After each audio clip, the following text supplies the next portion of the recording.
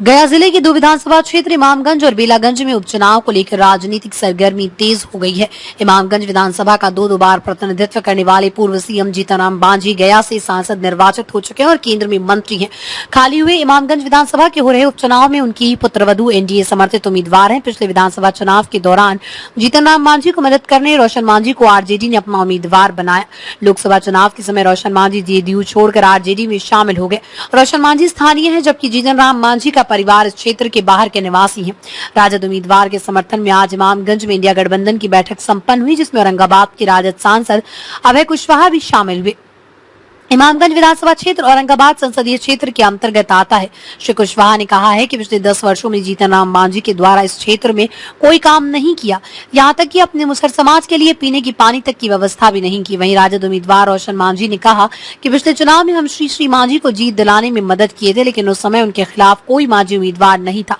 इस बार स्थिति बिल्कुल अलग है, उनके वोट में सेंधमारी हो चुकी है। हमें सभी वर्गों और समुदाय का वोट मिल रहा है।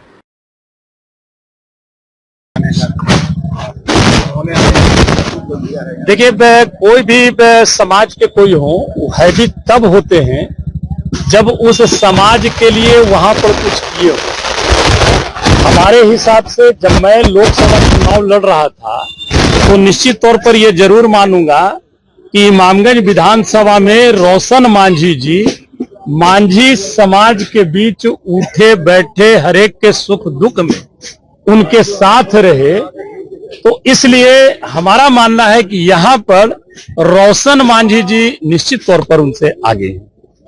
चाहे सुख हो दुख हो, जो भी इनके समाज के लोगों की इमामगंज विधानसभा में ही नहीं बल्कि जिले में और जगह भी जरूरत पड़ी तो सभी जगह तत्परता से रोशन मांझी जी अपने समाज के लिए एक पैर पर खड़ा रहे।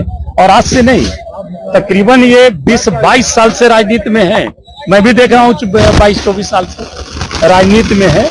ये सादगी भरा राजनीति हमेशा करते आए हैं और हर एक लोगों के बीच जा करके ये काम, और इनका काम ही पहचान है।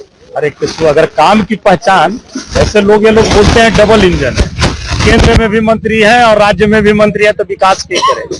तो विकास के करेगा? तो मैं लोकसभा में घूम रहा था, सबसे ज्यादा अगर पानी की कहीं किल्लत है तो उन्हीं के समाज के टोले में है। क्या भाई, कहां है आपकी विकास? आप स्थिति देख लीजिए इमामगंज के तमाम पथों की क्या स्थिति है। आप मंत्री में है, बिहार सरकार के मंत्री में है, बहुत तरह के चांद तो यहाँ 4 चांद लगा सकते हैं। तो सिर्फ बोलने से नहीं होता है, 4 चांद लगेगी निश्चित तौर पर। जो 4 महीना पहले इमामगंज विधानसभा ने इतिहास एक रचा था, उस इतिहास को दोबारा यहाँ पर दोहराने का काम इमामगंज विधानसभा करने जा रही है। पुनः इतिहास रचने जा रही है। इस बार इमामगंज का बेटा भाई इस रूप में इतिहास रचे। देखिए, महागठबंधन की आज इमामगंज विधानसभा की संयुक्त बैठक थी और महागठबंधन से राष्ट्रीय जनता दल के इमामगंज से प्रत्याशी रोशन मांझी जी बनाए गए हैं और इनका नॉमिनेशन 26 तारीख को यानी 25 तारीख को परसों है।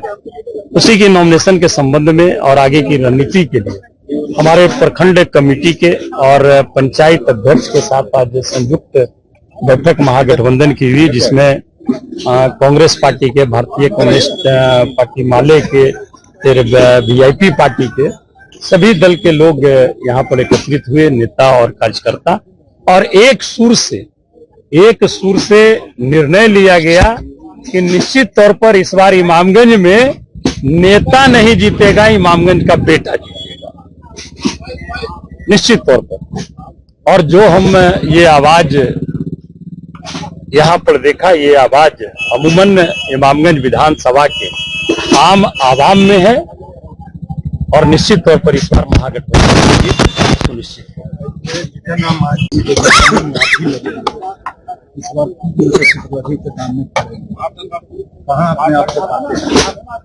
देखिए, पिछले बार और अगली बार दोनों में अंतर है।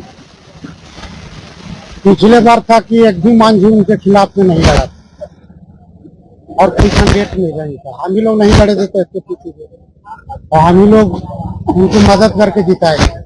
लेकिन अबरी का दृश्य बदला हुआ है। जो यहाँ के लोकल हम नेता हैं और यहाँ के लोग में ज्यादा सुख दुख में हम रहते हैं, तो किस वोट से वो जीते थे उस वोट में से हमारी हो चुका है। हमको हारने से कोई रोक नहीं सकता है।